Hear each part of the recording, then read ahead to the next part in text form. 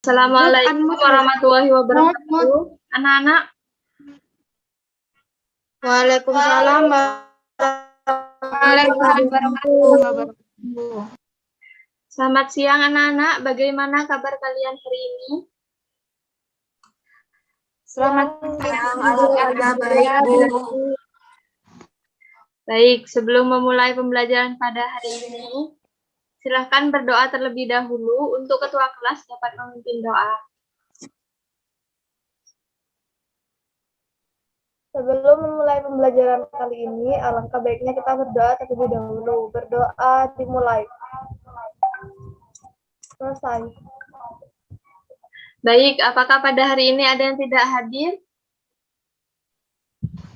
Nihil, Bu.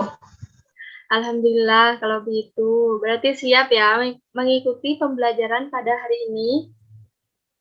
Siap, Bu. Siap, Bu. Nah, minggu lalu kita kan sudah mempelajari tentang skotropika. Masih ingatkah kalian penyakit yang disebabkan oleh penggunaan jarum suntik secara bersamaan? Ingat, Bu. Penyakit apa yang disebabkan anak-anak? Apakah ada yang bisa menjawab? Bisa, Bu. Ya, Bu kita. Penyakit yang disebabkan oleh penggunaan jarum suntik yang dibuat AIDS, Bu. Ya, benar sekali Lupita. Nah, kemarin kita kan sudah membahas tentang psikotropika. Hari ini kita akan membahas tentang sistem reproduksi pada manusia. Jadi tujuan pembelajaran pada pertemuan kali ini adalah agar dapat menjelaskan struktur dan fungsi alat reproduksi pada manusia, serta dapat menjelaskan proses pembentukan sel kelaningnya. Serta model pembelajaran yang kita gunakan adalah model discovery learning. Jadi discovery learning ini merupakan metode mengajar yang mengatur pengajaran sedemikian rupa sehingga anak memperoleh pengetahuan yang sebelumnya belum diketahui yang tidak melalui pemberitahuan, sebagian atau seluruhnya ditemukan sendiri. Sehingga pada hari ini kalian akan menganalisis gambar yang akan Ibu berikan ya.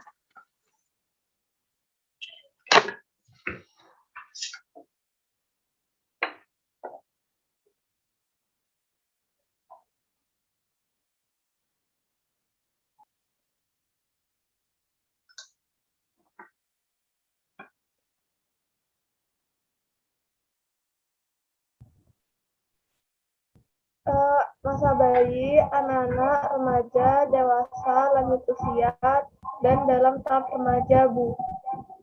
Ya benar Pipit, manusia itu adalah makhluk yang mengalami perubahan dari waktu ke waktu, di mana perubahan tersebut dimulai dari dalam kandungan, lalu lahir menjadi dewasa dan tua. Nah, maka dari itu, pada hari ini kita akan membahas tentang sistem reproduksi pada manusia.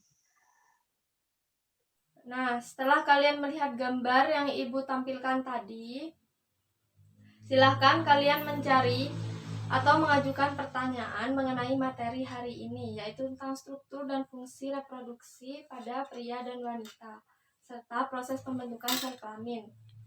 Untuk mengidentifikasi permasalahan, kalian dapat mengerjakan secara berkelompok. Nah, untuk kelompoknya sudah Ibu bagi. Jadi kelompok pertama yaitu ada Pipit dan Novi, kelompok kedua ada Diana dan Mutiara, kelompok ketiga ada Lupita dan Hinda. Apa bisa dipahami anak-anak? Bisa.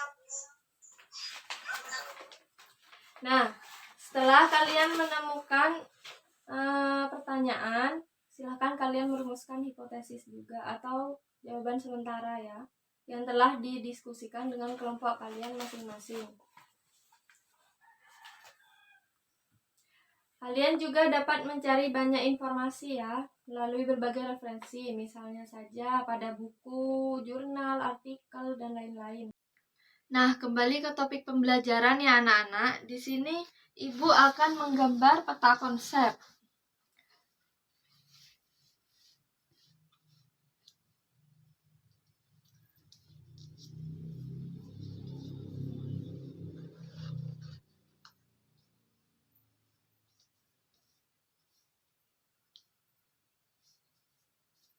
Jadi, di sini ada sistem reproduksi pada manusia. Sistem reproduksi pada manusia itu dibagi menjadi dua. Yang pertama ada struktur dan fungsi alat-alat reproduksi pada pria dan wanita. Mohon maaf. Lalu yang kedua ada proses pembentukan sel kelamin. Jadi, struktur dan fungsi alat reproduksi pada pria dan wanita itu terdiri atas organ reproduksi laki-laki yang terdiri atas penis, skrotum, testis, dan saluran pengeluaran.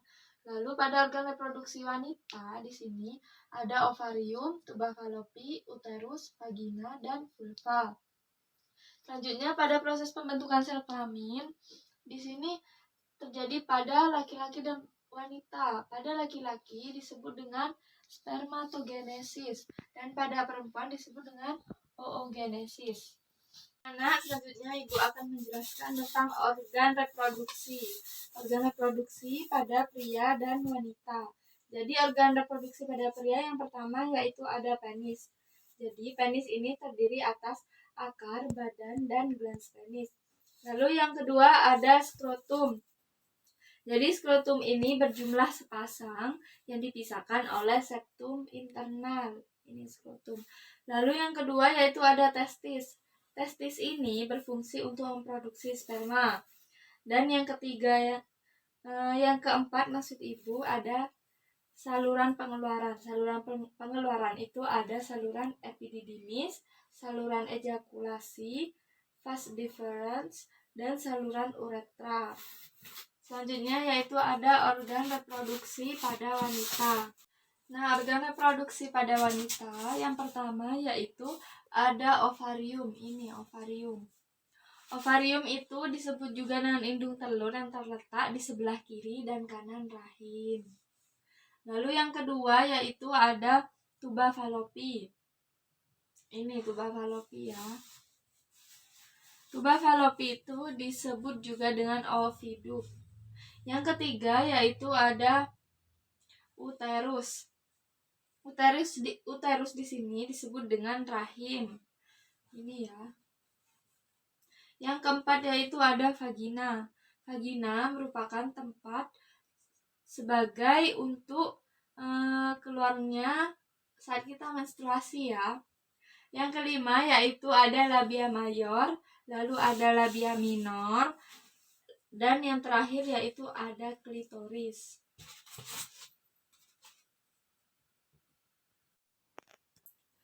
Jadi proses pembentukan sel kelamin ini ada dua, yaitu pada laki-laki dan juga pada perempuan.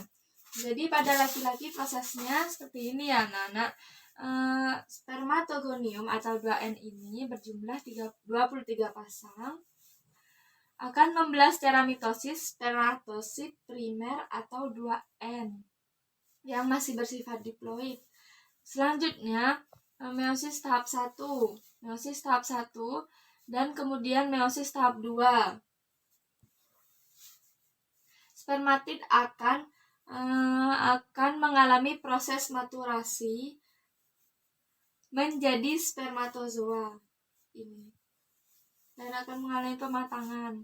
Jadi itu proses pembentukan sel kelamin pada laki-laki yang disebut dengan spermatogenesis. Selanjutnya yaitu ada proses pembentukan sel kelamin pada wanita. Jadi oogonium berjumlah 23 pasang yaitu oosit primer.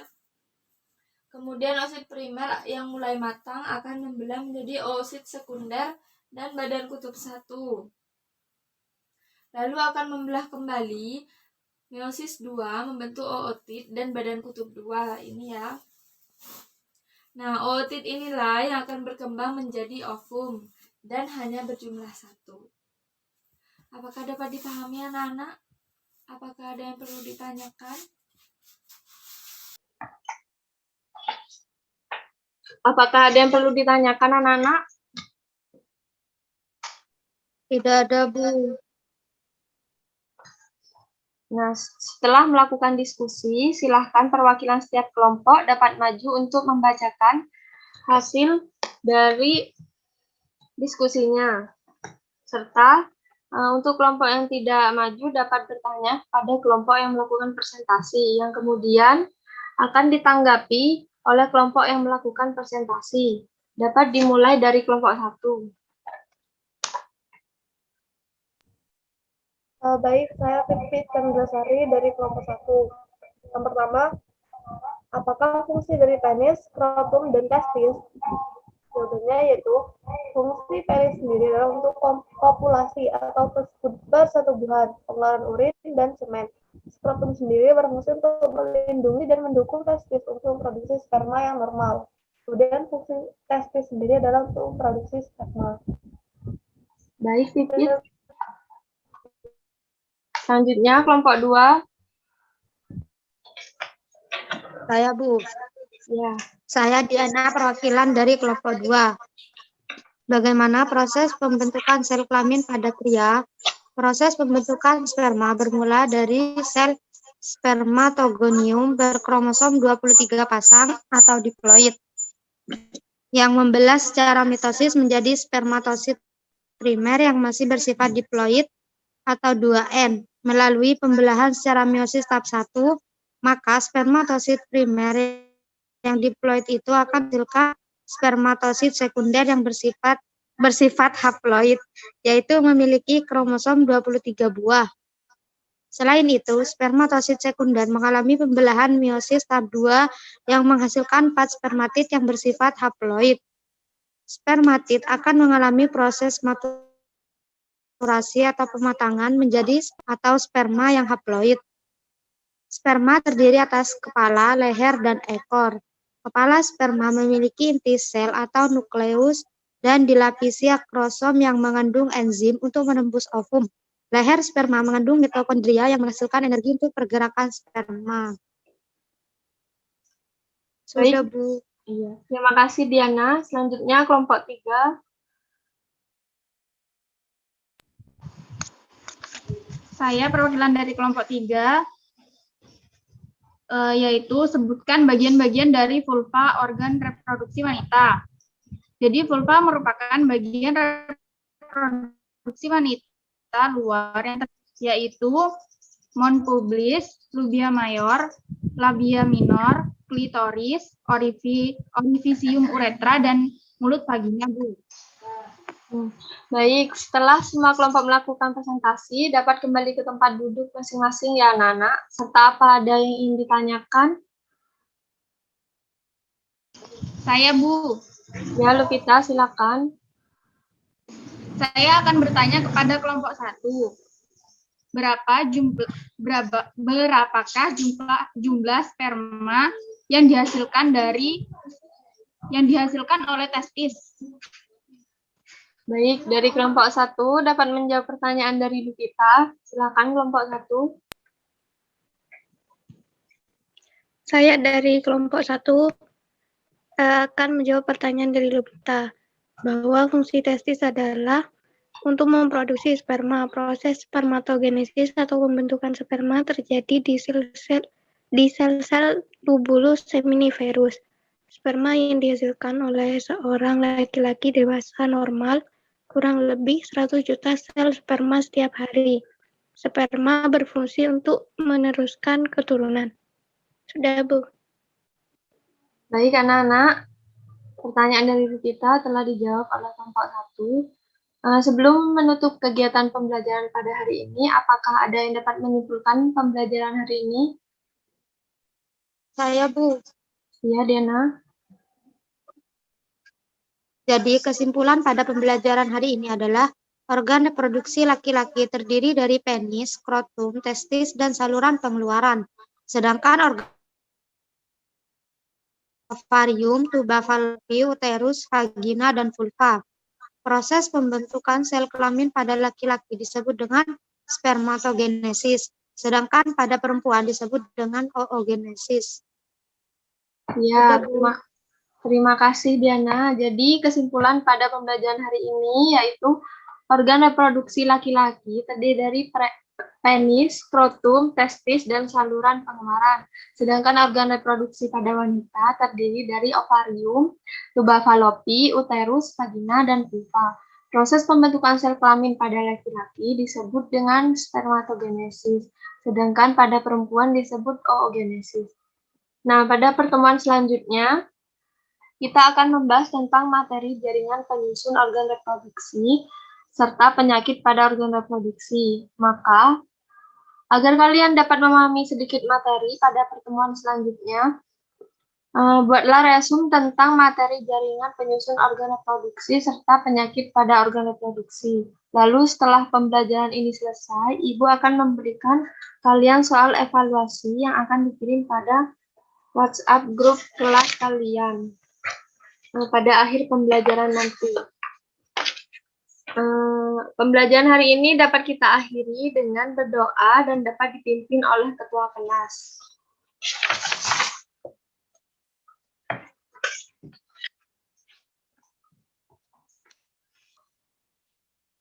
Ayo ketua kelas dapat memimpin doa.